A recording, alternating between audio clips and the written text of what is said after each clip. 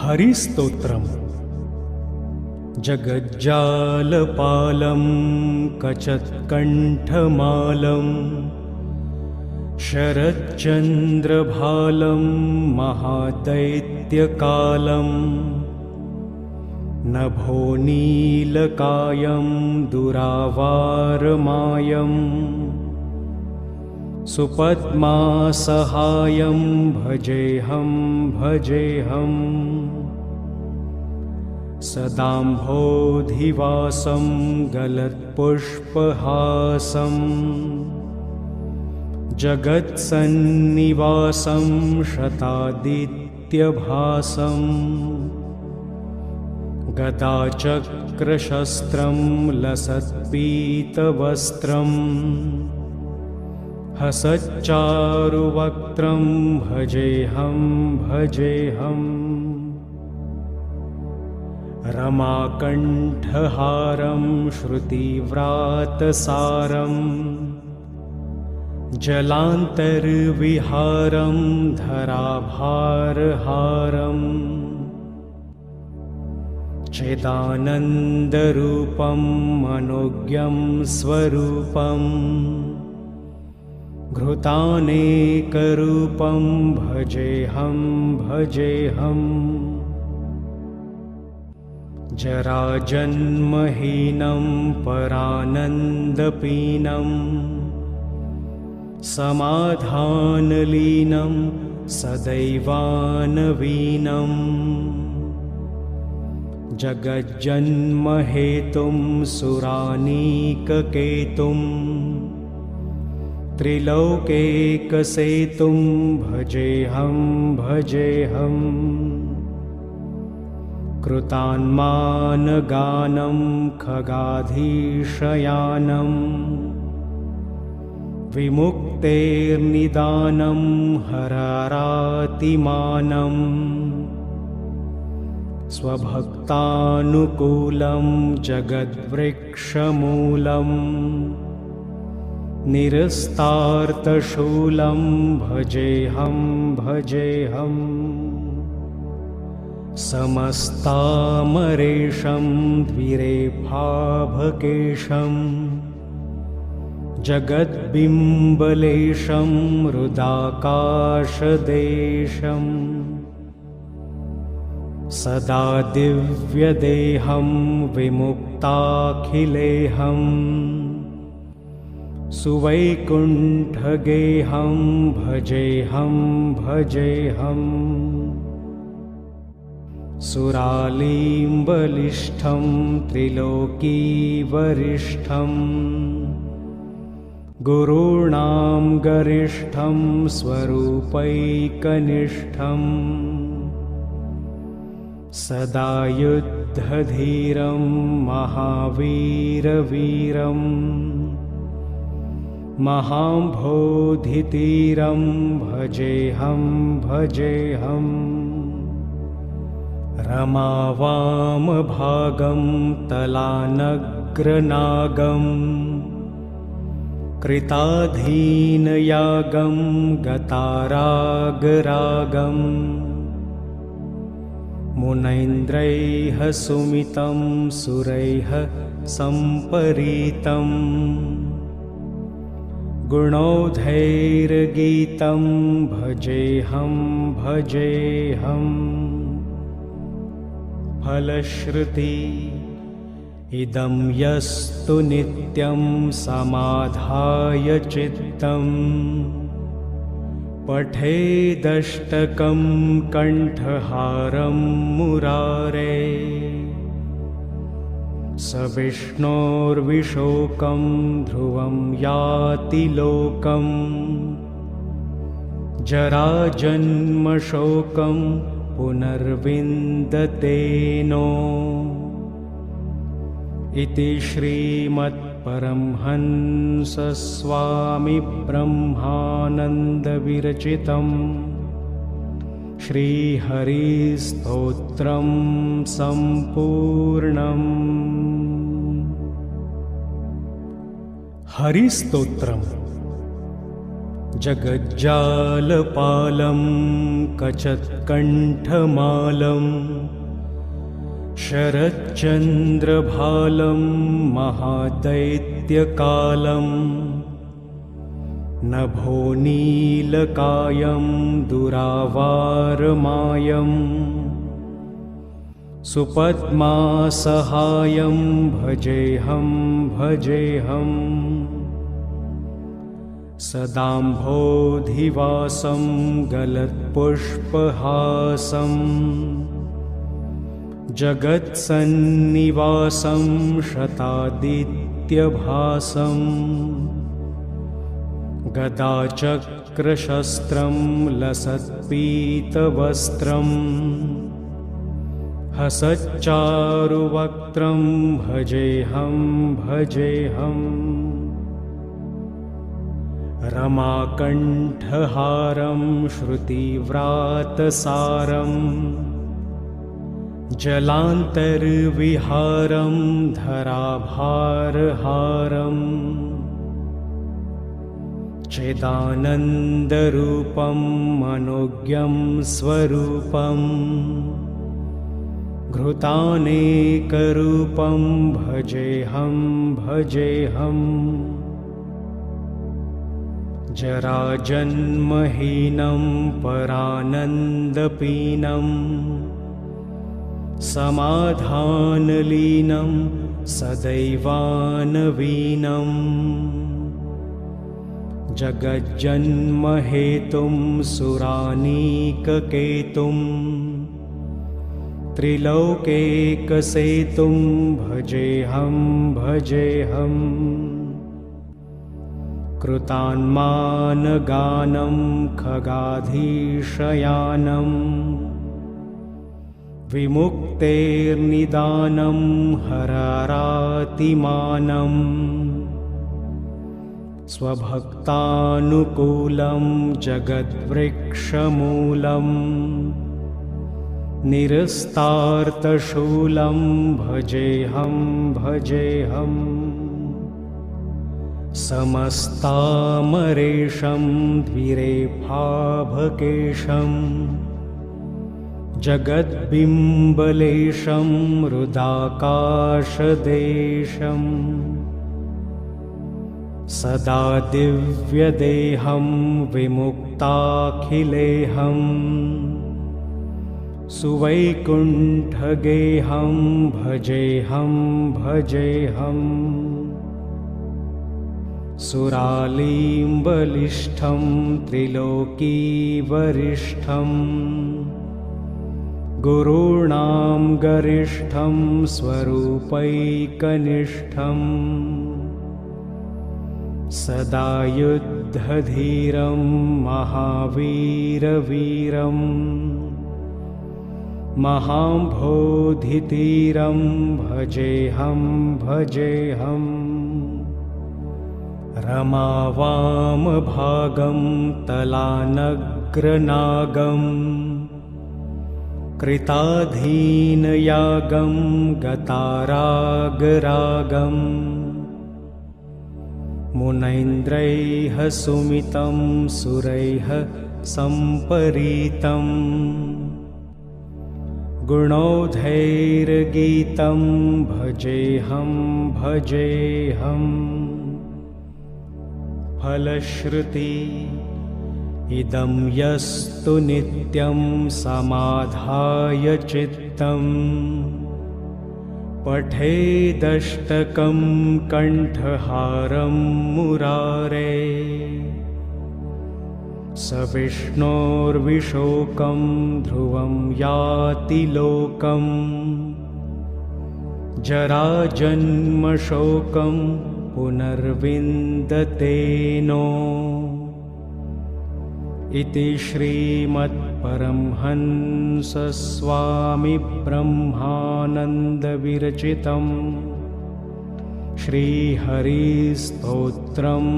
सम्पूर्णम्।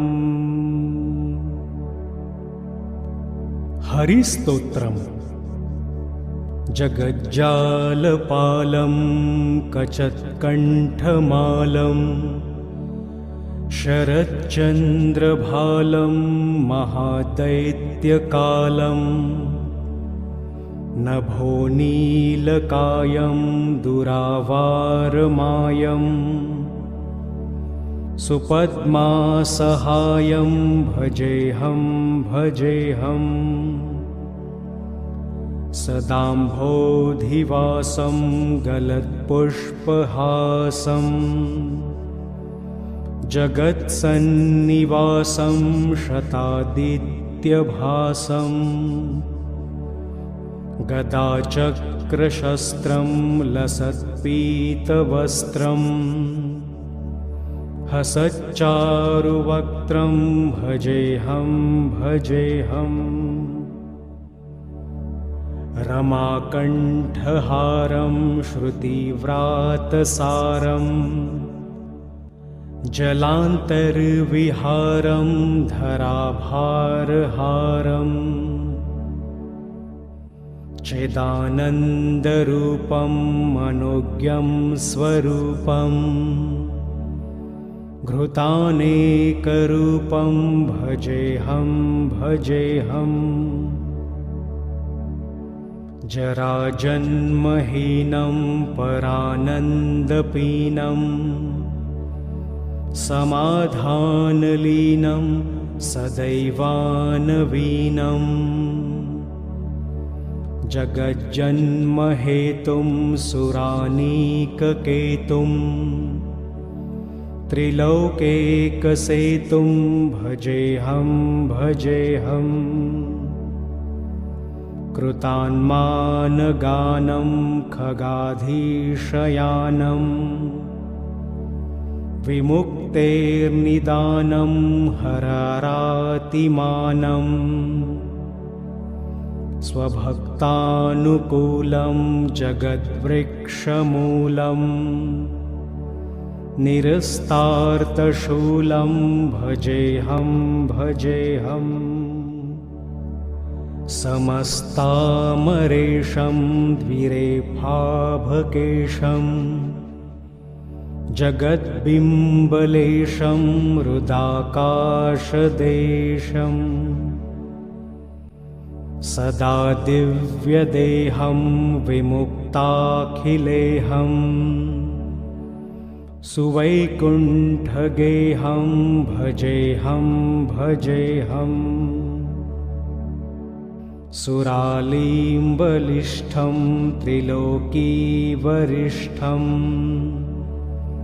गुरूणां गरिष्ठं स्वरूपैकनिष्ठं सदा युद्धधीरं महावीरवीरं महाम्भोधितीरं भजेऽहं भजेऽहम् रमावामभागं तलानग्रनागं कृताधीनयागं गतारागरागं मुनैन्द्रैः सुमितं सुरैः सम्परीतं गुणौधैर्गीतं भजेऽहं भजेऽहम् फलश्रुति इदं यस्तु नित्यं समाधाय चित्तं पठेदष्टकं कण्ठहारं मुरारे स विष्णोर्विशोकं ध्रुवं याति लोकं जराजन्मशोकं पुनर्विन्दते नो इति श्रीमद्परमहंसस्वामिब्रह्मानन्दविरचितं श्रीहरिस्तोत्रं सम्पूर्णम्। हरिस्तोत्रम् जगज्जालपालं कचत्कण्ठमालं शरच्चन्द्रभालं महादैत्यकालं नभो नीलकायं दुरावारमायं सुपद्मासहायं भजेऽहं भजेऽहम् सदाम्भोधिवासं गलत्पुष्पहासं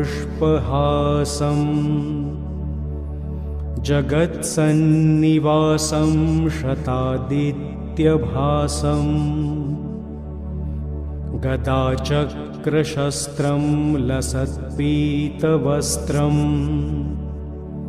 हसच्चारुवक्त्रं भजेऽहं भजेऽहम् रमाकण्ठहारं श्रुतिव्रातसारं जलान्तर्विहारं धराभारहारं चिदानन्दरूपं मनोज्ञं स्वरूपं घृतानेकरूपं भजेऽहं भजेऽहम् जराजन्महीनं परानन्दपीनं समाधानलीनं सदैवानवीनं जगज्जन्महेतुं सुरानीककेतुं त्रिलोकैकसेतुं भजेऽहं भजेऽहम् कृतान्मानगानं खगाधीशयानं विमुक्तेर्निदानं हरारातिमानं स्वभक्तानुकूलं जगद्वृक्षमूलं निरस्तार्तशूलं भजेऽहं भजेऽहम् समस्तामरेशं द्विरेफाभकेशं जगद्बिम्बलेशं हृदाकाशदेशं सदा दिव्यदेहं विमुक्ताखिलेहं सुवैकुण्ठगेहं भजेऽहं भजेऽहम् सुरालीम्बलिष्ठं त्रिलोकीवरिष्ठं गुरूणां गरिष्ठं स्वरूपैकनिष्ठं सदा युद्धधीरं महावीरवीरं महाम्भोधितीरं भजेऽहं भजेऽहम् रमावामभागं तलानग्रनागं कृताधीनयागं गतारागरागं मुनैन्द्रैः सुमितं सुरैः सम्परीतं गुणौधैर्गीतं भजेऽहं भजेऽहम् फलश्रुति इदं यस्तु नित्यं समाधाय चित्तं पठेदष्टकं कण्ठहारं मुरारे स विष्णोर्विशोकं ध्रुवं याति लोकं जराजन्मशोकं पुनर्विन्दतेनो इति श्रीमत्परमहंसस्वामिब्रह्मानन्दविरचितं श्रीहरिस्तोत्रं सम्पूर्णम्। हरिस्तोत्रम् जगज्जालपालं कचत्कण्ठमालं शरच्चन्द्रभालं महादैत्यकालं नभो नीलकायं दुरावारमायं सुपद्मासहायं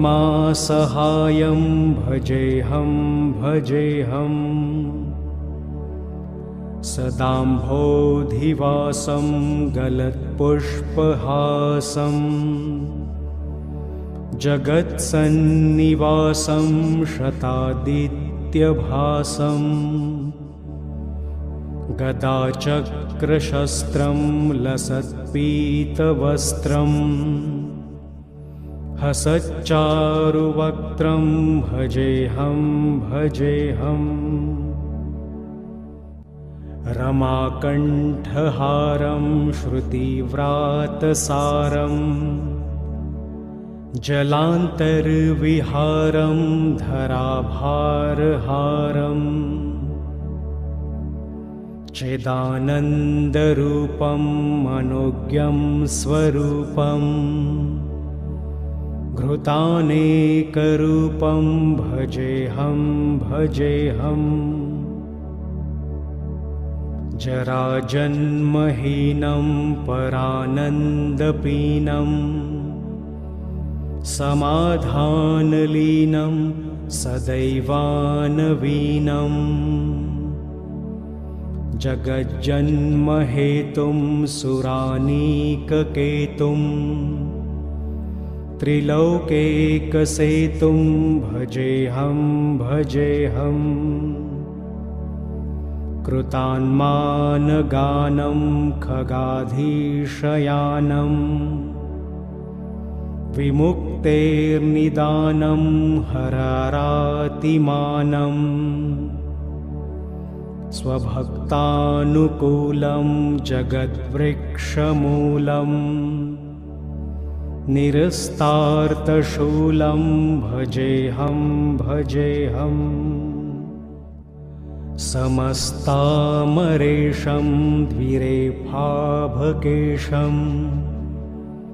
जगद्बिम्बलेशं हृदाकाशदेशं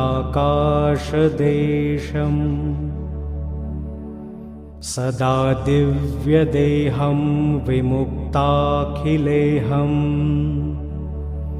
सुवैकुण्ठगेहं भजेऽहं भजेऽहम् सुरालीम्बलिष्ठं त्रिलोकीवरिष्ठं गुरूणां गरिष्ठं स्वरूपैकनिष्ठं सदा युद्धधीरं महावीरवीरं महाम्भोधितीरं भजेऽहं भजेऽहम् रमावामभागं तलानग्रनागं कृताधीनयागं गतारागरागं मुनैन्द्रैः सुमितं सुरैः सम्परीतं गुणौधैर्गीतं भजेऽहं भजेऽहम् फलश्रुति इदं यस्तु नित्यं समाधाय चित्तं पठेदष्टकं कण्ठहारं मुरारे स विष्णोर्विशोकं ध्रुवं याति लोकं जराजन्मशोकं पुनर्विन्दतेनो इति श्रीमत्परमहंसस्वामिब्रह्मानन्दविरचितं श्रीहरिस्तोत्रं सम्पूर्णम्। हरिस्तोत्रम् जगज्जालपालं कचत्कण्ठमालं शरच्चन्द्रभालं महादैत्यकालं नभोनीलकायं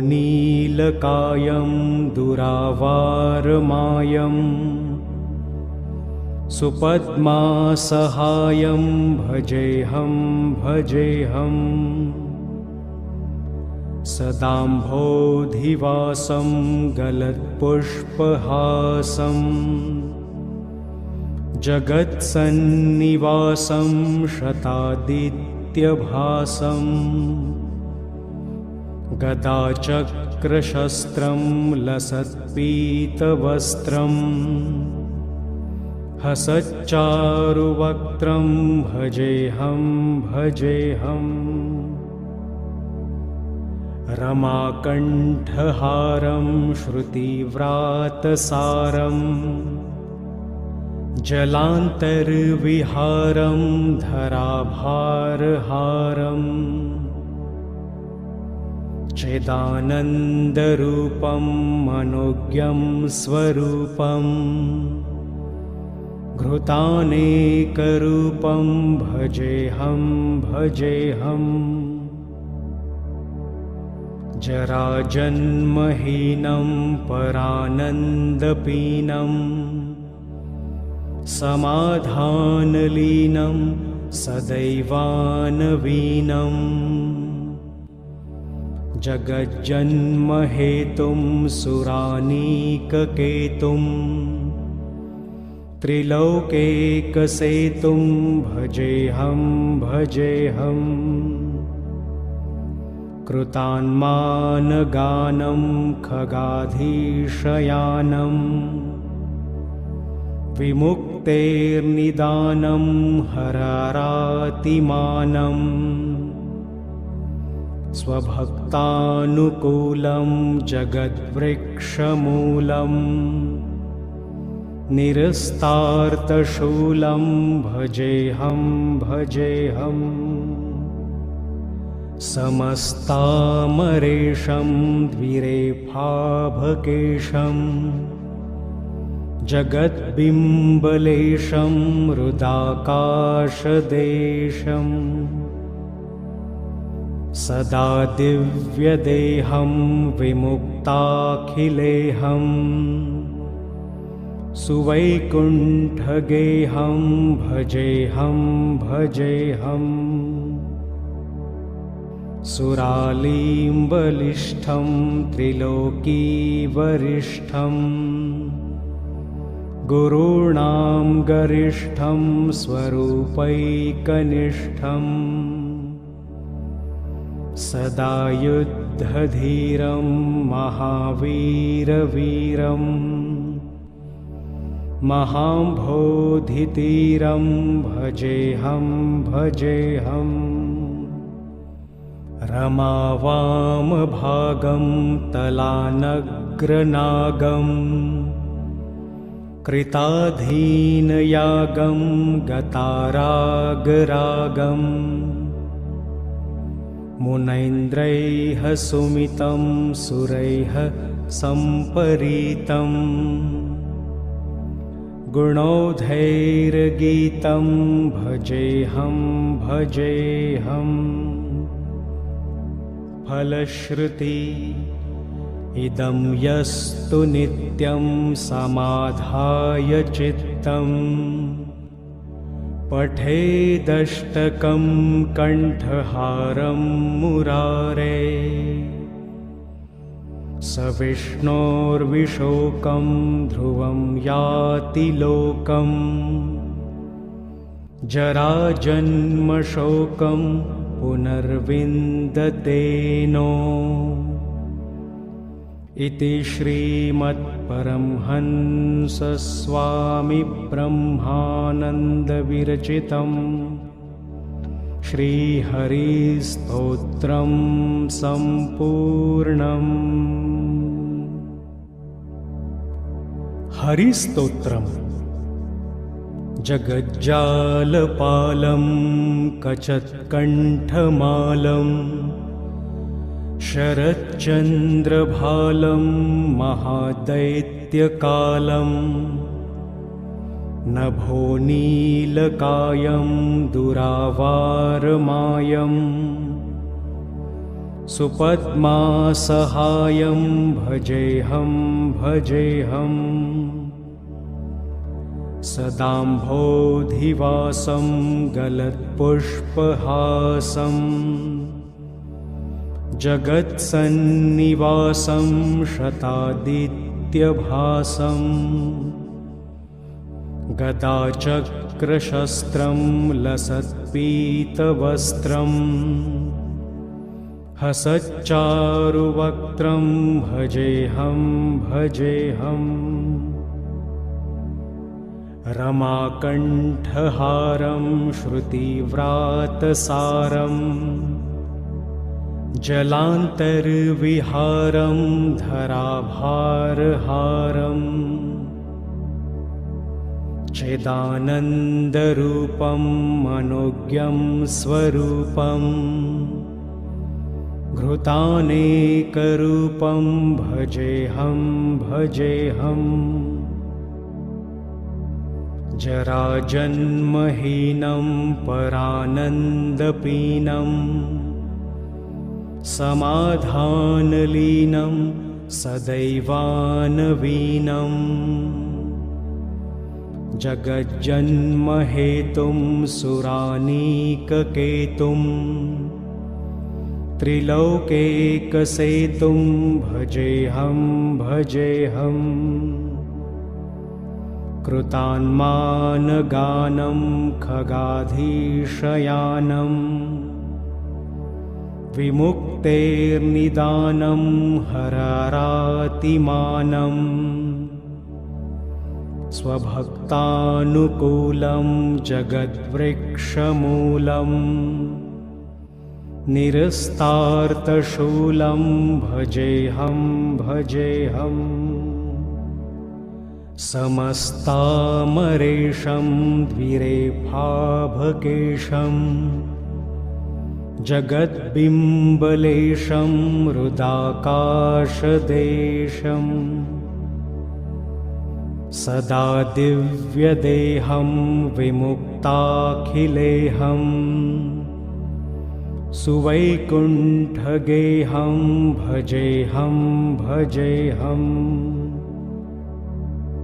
सुरालीम्बलिष्ठं त्रिलोकीवरिष्ठं गुरूणां गरिष्ठं स्वरूपैकनिष्ठं सदा युद्धधीरं महावीरवीरं महाम्भोधितीरं भजेऽहं भजेऽहम् रमावामभागं तलानग्रनागं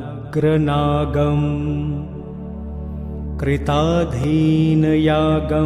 गतारागरागं मुनैन्द्रैः सुमितं सुरैः सम्परीतं गुणौधैर्गीतं भजेऽहं भजेऽहम् फलश्रुति इदं यस्तु नित्यं समाधाय चित्तं पठेदष्टकं कण्ठहारं मुरारे स विष्णोर्विशोकं ध्रुवं याति लोकं जराजन्मशोकं पुनर्विन्दतेनो इति श्रीमत्परमहंसस्वामिब्रह्मानन्दविरचितं श्रीहरिस्तोत्रं सम्पूर्णम्।